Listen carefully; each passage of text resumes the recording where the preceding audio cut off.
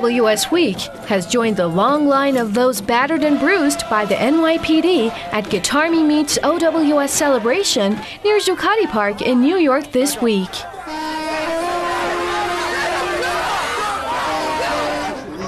Another pitiful example of the 1%'s desperation was LAPD's tear gas and rubber bullet attack on peaceful chalk walk protesters, with about 20 people arrested and at least a dozen hurt by LAPD Stinger ball munitions.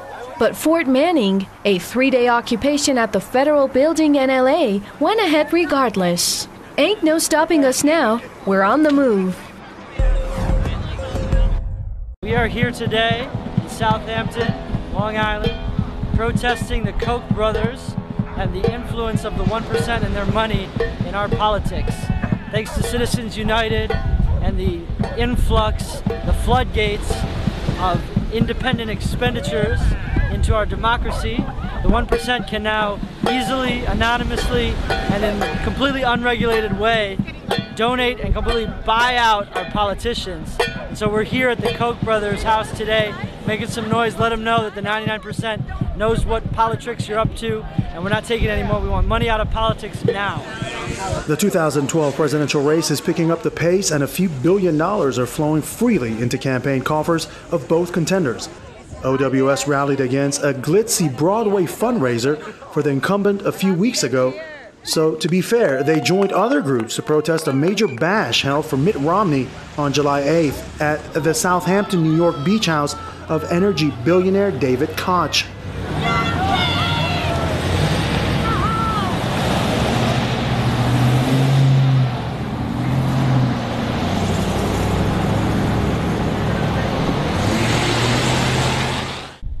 As wealthy donors chow down for $50,000 per plate, protesters partied on the beach with free food and banners, marching as close as the Secret Service would allow to shout shame at the 1% for buying elections while the people suffer, and to remind them the 99ers are also voting citizens.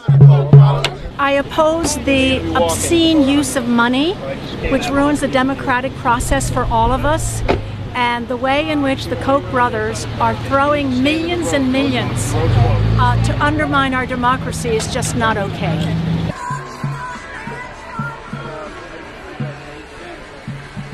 If they're taking advantage of it for their own ends, then we question their integrity. Right. See, because if you have integrity, then you know that you do the right thing. Then you don't believe that profits matter more than people. You believe, if you have integrity as a business person, that you can make a profit while actually doing the right thing for your country.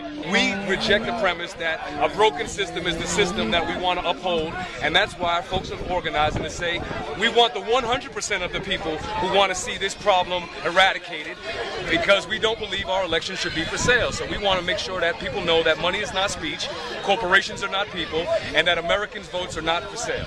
We're standing here, and I'm here specifically to say our elections are not for sale. I'm not anti-people being successful, and if you have a philanthropic spirit in you, God bless you, God bless America. But if you believe that because you have that power of the dollar, that your voice should be louder than any other Americans through our electoral process, well, you're sadly mistaken and you're wrong, and this is why we're out here protesting.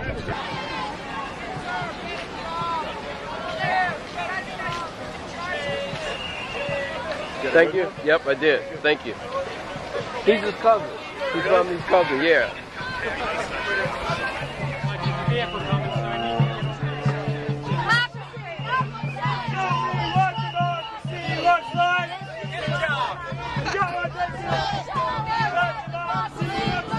This is what democracy looks like!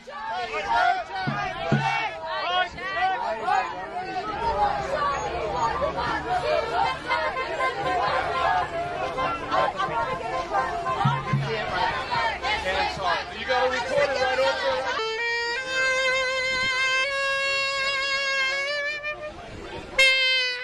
I think it stems back to the Supreme Court decision on Citizens United and unlimited funding for political campaigns. $400 million to buy the presidency seems like something wrong to us. So we're here to protest both the fundraiser and Romney's fundraising components, David and Julia Koch. Do you know the Kochs at all personally? I've met them, but I don't know them. Great, thank you. Thank you.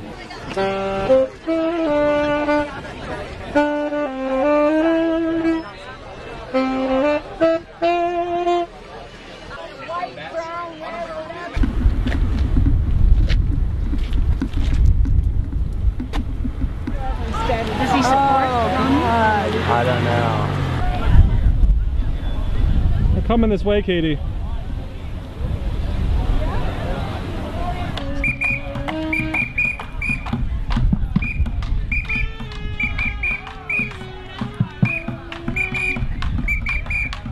Money out, voters in. Money out, voters in. Money out, voters in. Money out, voters in. Money out, voters in. Money out, voters in.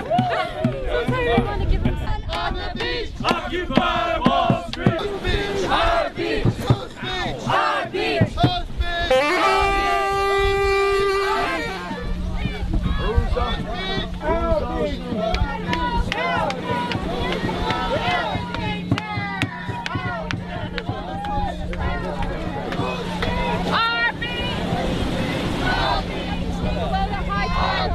No, I understand that, but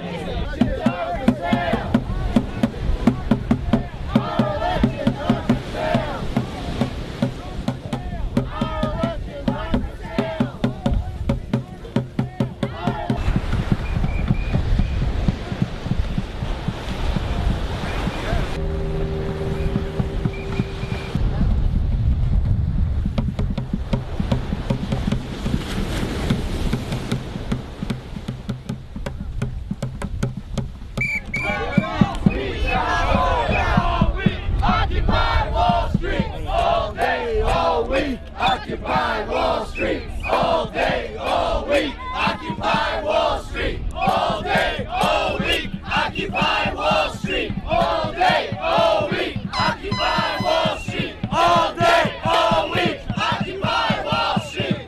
Shame on you! Shame on you! Shame on you! Shame on you! Shame on you! Shame on you! The whole world is watching! The whole world is watching! The whole world is watching!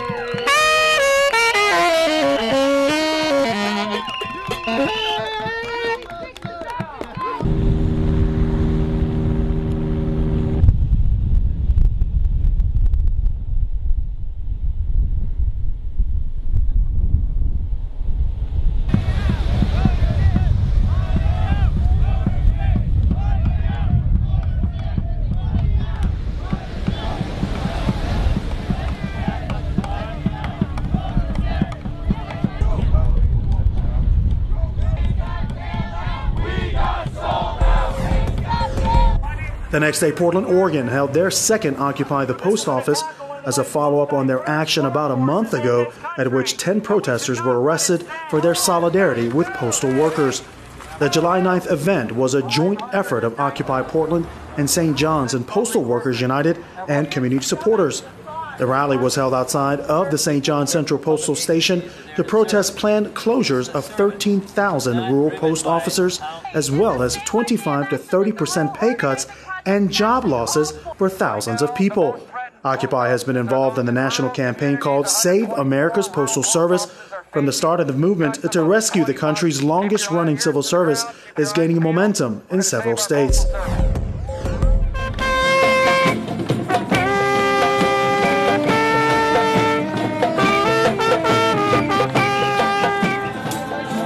Wednesday, July 11, saw the arrival in New York City of the 99 March, led by Occupy Guitarmy. About 100 marchers had gathered by the Liberty Bell in Philadelphia at the close of the national gathering on July 5th for the 99-mile trek to Wall Street. Their week-long journey was infused with the spirit of Woody Guthrie, the singing working man who inspired so many Americans during the Great Depression.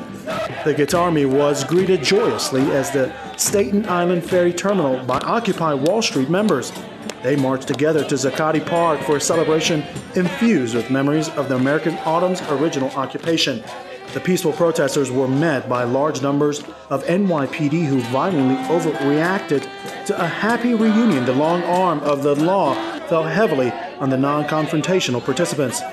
A young drummer who had just completed the 99-mile march had moved from Celebration Circle to the west side of the park toward the site of the old drum circle. He was promptly arrested. An older Guitarmy Marcher dressed as the Statue of Liberty cried out, "That's my son!" and fell, allegedly shoved by a police officer. OWS Week's correspondent was filming the action and was brutally arrested by NYPD. Some eyewitnesses claimed that live streamers and a photojournalist were targeted.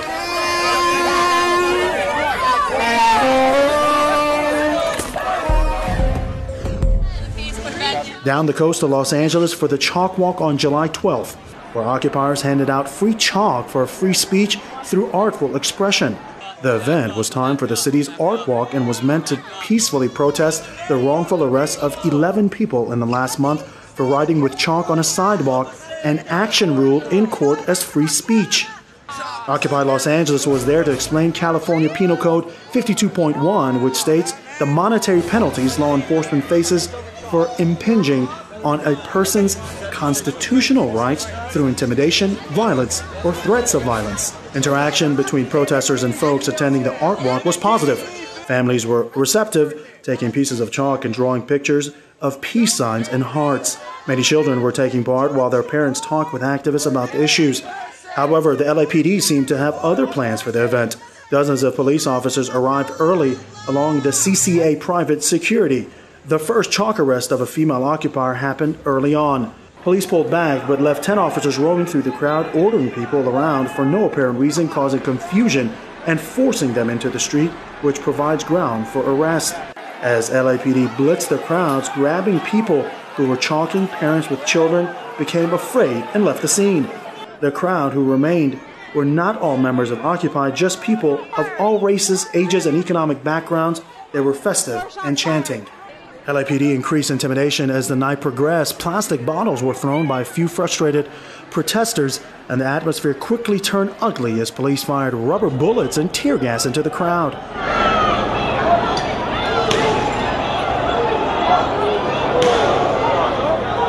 So I was walking down the street. I was here for Art Walk, and I saw a group of people. So I decided to see why everyone was here, and I walk up and I see the police line. And as I'm turning around, they shot me in the chest. They knocked me off my feet. You want me to hold the mic for you? One eyewitness at the scene provided OWS Week with chilling testimony. LAPD was specifically pointing at people to shoot, but appeared to have no criteria for whom they were aiming at. One especially gun-happy officer was smiling as he was firing. In between firing on people, I guess to reload, he was talking and laughing with two officers who were standing beside him. At no time had any warnings or dispersal orders been given.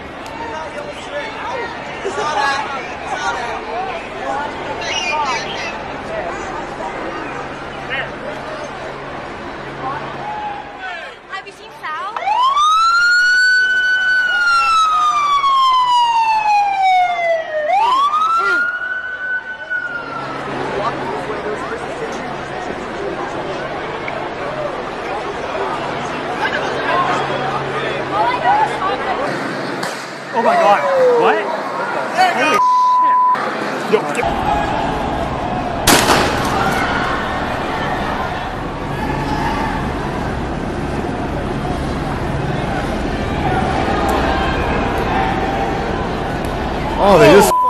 him in the face. Just fucking kick that guy in the face.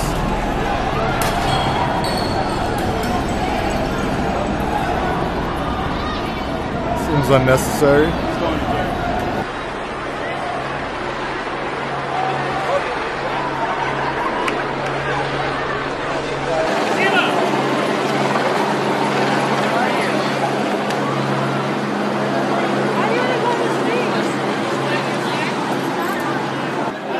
Oh my God, they just shot another one.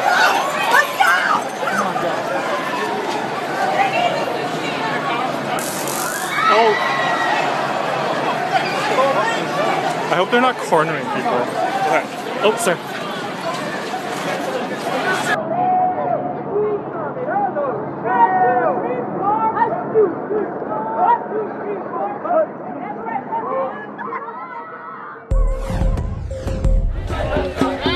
There have been many Occupy events since June 30th. Actions in 3 major U.S. cities stand out primarily due to an apparent carte blanche given to police departments to intimidate, harass, brutalize, and arrest peaceful protesters. The tactics used are obvious attempts to squash the populist uprising, come from a well-worn playbook. The tactics always backfire. This movement is buzzing, electrified by the attacks, and global solidarity is growing. I am a comedian, so if I say anything that you're upset about, just remember I'm a comedian, all right? So just chill out. I probably offend someone. Don't worry about it. You don't need to have a 7-hour meeting about who I offended. Just ignore it. But can we? But first of all, one more time, give yourselves a cheer for doing this, for being out here. Fuck yeah!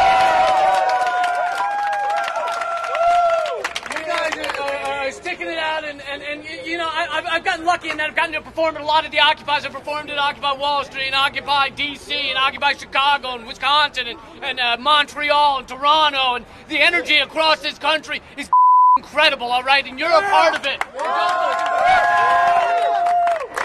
Don't forget that. You know, so this is Fort Manning for Bradley Manning, but you know, free Bradley Manning, and I think what Bradley Manning points to is it points to the fact that our privacy doesn't matter at all on an individual level, all right? And no one gives a they will take away every moment of our privacy. It doesn't matter at all. But what Bradley Manning did is he threatened their privacy, all right? He threatened of the military-industrial complex and corporations and the government. And you know, when WikiLeaks first started, all I needed to know that I loved WikiLeaks was that it was making rich, powerful people themselves. Themselves and bitch and moan and themselves and take off those trousers, rinse and repeat. It was amazing. It was amazing. It was my new favorite sport. I mean, which would you rather watch, a tennis match or the U.S. Department of Defense go, we didn't want you to know about that? The new occupation began July 13th in front of the federal building in Los Angeles. Fort Manning is a campsite comprised of a coalition of supporters for Bradley Manning, the alleged military whistleblower who is considered to be a political prisoner by many. Private Manning returns to court on July 16th, and dozens of veteran Occupy and peace groups have united to show the world that blowing the whistle on war crimes is not a crime. Friday night activities included a march, a candlelight vigil, speakers, and performers standing tall, speaking out for conscious and awakening consciousness. The occupation continued through the weekend. Yeah, so I have the... Oh my God. I'm in love with you. Justice, no peace. Rebellion is the release. Get down. There's a revolution in the world.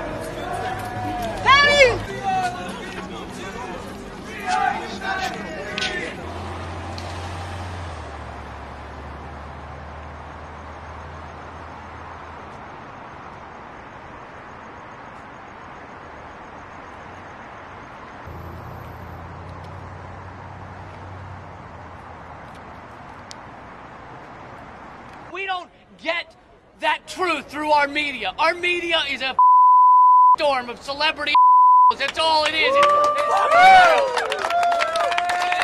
It's just fear stories and celebrity who went into rehab and who had a baby and whose baby went into rehab. That's all it is. And you know, then it's the fear stories. They love fear because it gets good ratings. So they're like, be afraid, be afraid, be afraid, be afraid. And then every commercial, do you have anxiety? We have pills that fix that. So they sell their pills, and our media is so bad. Did you see the study that came out saying that people that watch Fox News on a test know less about what's going on in the world than people who watch no news at all? There was a real study. Like, that's mind-blowing. That no one would watch a sports channel if it made them dumber about sports, all right? You're just walking around the neighborhood like, yeah, the Lakers beat Tiger Woods! People are like, I don't even watch sports, but I'm pretty sure one of those is a basketball team and the other's like a tiger or something. That's what our media is. So I think what they should do to make us a more informed country is they should take the TV that everyone's watching, this whole country, the reality shows, the cooking shows, and the dressmaking shows, and Dancing with the Stars. Just take all that and instead of subliminal marketing, just put subliminal truth underneath so people would learn their. You know, you're watching Robot Cupcake Wars like you do every Tuesday, and underneath would be like, hey, kids, make your clothing, and ExxonMobil owns your government. And why'd you ever give up drawing when you were younger? You're really good and you quite enjoyed it, and you gave that up to what, file paperwork 12 hours a day? Why? So you can afford some marble countertop island in your kitchen? You don't even use the thing, you don't even use the countertop! I could understand this life choice if you were humping that countertop balls deep in that marble every day and twice on Sunday. Then this life choice would make sense. Just subtle messages like that. We could just slip underneath, and then people would be more informed. But that's what Occupy has done. Occupy has made the country more informed. You know, it changed the discussion in this country to inequality, to the fact that our entire resources and environment and money and everything is getting sucked to the top, and you don't have to be a physics professor to know that top-heavy things collapse, all right? That's what they do. All you have to do is picture Philip Seymour Hoffman riding on the shoulders of Natalie Portman, all right? That's what this country is right now. And you know, the top 1% taking something like 50% of the all-earned wages, and it's the greatest disparity it's been since 1917. Do you have any idea how long ago that was? They were still using expressions like she's the bee's knees and like, this is just at a whole new level. And then people want to argue, well, it benefits the country to have really big, powerful corporations. You do understand they're not going to stay here once they've eaten everything, all right? They don't give a about a country. You know, people, they don't say God bless America before they clear cut 1,000 acres in Utah. They don't. And this is global, you know, the ultra-rich in Mexico don't wear sombreros that says Mexico rocks. And the bankers in London don't wear T-shirts that say God save the Queen, all right? It says God save the green. And for those of you going, their money's not green, I had to make the joke work. God save the pinky purple bits of paper, doesn't have the same ring to it. These corporations are monsters, and they just suck and suck and suck like Eddie Murphy movies.